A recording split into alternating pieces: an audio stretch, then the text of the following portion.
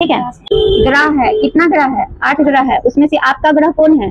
पृथ्वी। और उपग्रह है, ठीक है, जिसमें अलग अलग ग्रह का अलग अलग उपग्रह है, लेकिन आपके ग्रह का उपग्रह कौन है? चंद्रमा। हाँ, चंद्रमा, ठीक है। और क्या है? क्षुद्र ग्रह पढ़े थे ना? यस। क्षुद्र ग्रह भी है, और भी कुछ है, बताइए। प्लूटो था जो 9वां ग्रह था, ठीक है, लेकिन 2006 में इसको ग्रह के श्रेणी से हटा दिया गया। तो आपको ये सब याद हुआ, सौर मंडल का जन्मदाता।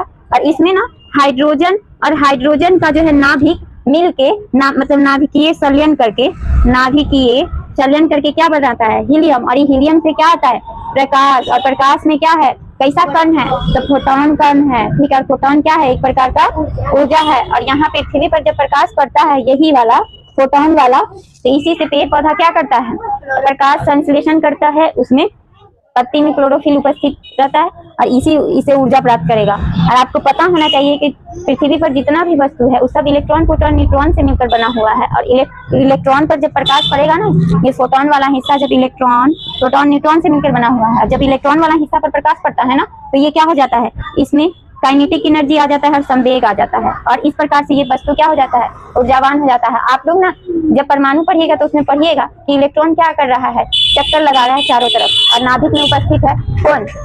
प्रोटॉन और न्यूट्रॉन। तो उसमें थोड़ा सा और जानकारी हासिल कीजिएगा। तो यहाँ से उसके बाद आप ये भी देखिएगा कि ये जो फोटोन है, प्रकाश पदार्थ नहीं है। क्यों नहीं है? क्योंकि इसके पास क्या क्या नहीं है? द्रव्यमान है? द्रव्यमान नहीं है, ठीक है। आगे हम बताए थे कि हाँ, ये कितना दिन तक प्रकाश देते रहेगा? 10 की पावर 11।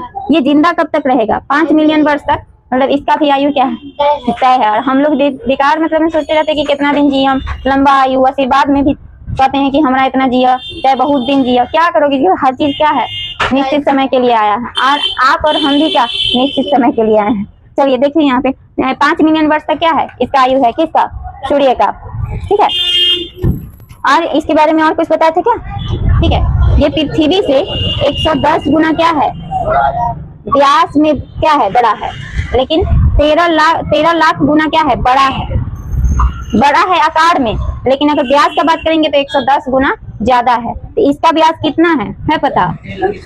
हाँ, 13,192 किलोमीटर। ये क्या है? व्यास है, ठीक है।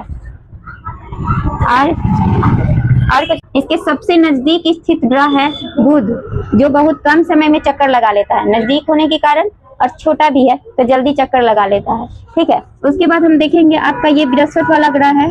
बृहस्पति ये सबसे बड़ा ग्रह है और इसको काफी टाइम लगता है, ठीक है।